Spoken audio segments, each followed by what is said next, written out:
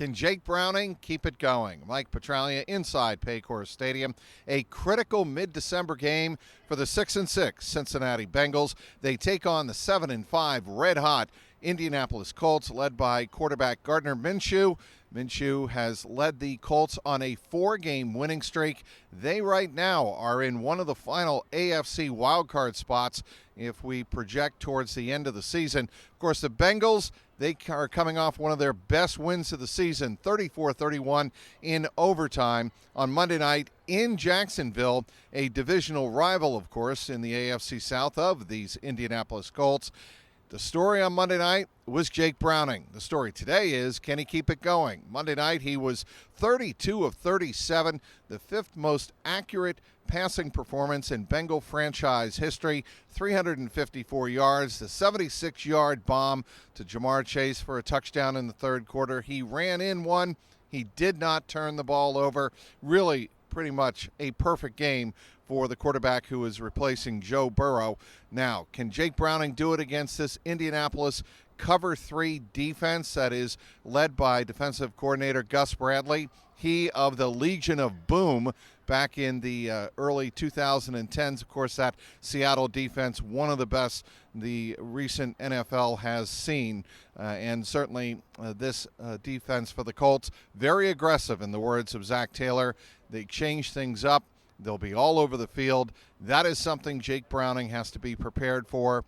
In talking with him this week, certainly he seems like he has the comportment, the poise to handle anything that is thrown at him, and that's a good sign for the Bengals going forward. On the outside, we mentioned Gardner Minshew, the quarterback who replaced Anthony Richardson early in the season. He has 2 receivers that you've got to keep an eye on. Michael Pittman Jr., he is 4th in the NFL in receptions with 87. That's one more than Cincinnati's Jamar Chase. And so Michael Pittman Jr., who caught the game winner in overtime in Tennessee last weekend, Bengals will have to keep an eye on him. And, of course, former Cincinnati Bearcats star Alec Pierce on the outside. He's got lots of speed, and he actually set up the game-winning touchdown last week in overtime for the Colts. So Alec Pierce and Michael Pittman Jr., those are 2 guys that the Bengals have to keep their eyes on. DJ Turner, of course, is starting in this game as Cam Taylor-Britt went on the injured reserve last week. So it'll be obviously DJ Turner and Cheeto Awuzie. He has really played back-to-back games where he's played all the way to the end, based out of necessity, of course, given what has happened to Cam Taylor-Britt. Bengals want to make sure they keep all hands on deck in this secondary. And if you're worried about the running game, Zach Moss, he is the backup running back with Jonathan Taylor out today. So Zach Moss is somebody keep an eye on as well. But Colts did not run the ball very well last week at all. 19 carries for Zach Moss, only 51 yards. That could be something that is in the Bengals' favor. The Jaguars did not run the ball well on Monday night, and that certainly helped the Bengals' defensive cause. Can the Bengals' defense stand up and step up to the challenge today?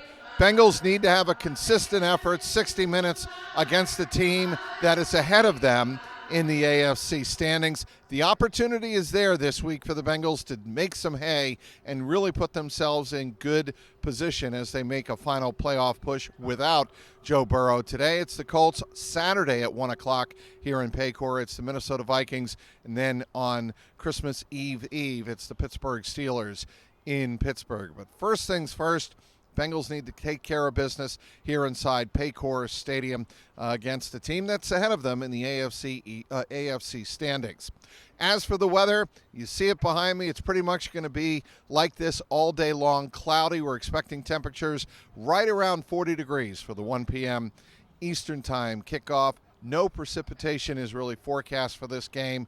The wind will be 5 to 10 miles an hour, so it shouldn't be too much of a factor in this contest. Of course, it can always change, so be sure to tune in to CLNS Cincy and follow me on Twitter for any updates with regard to the weather.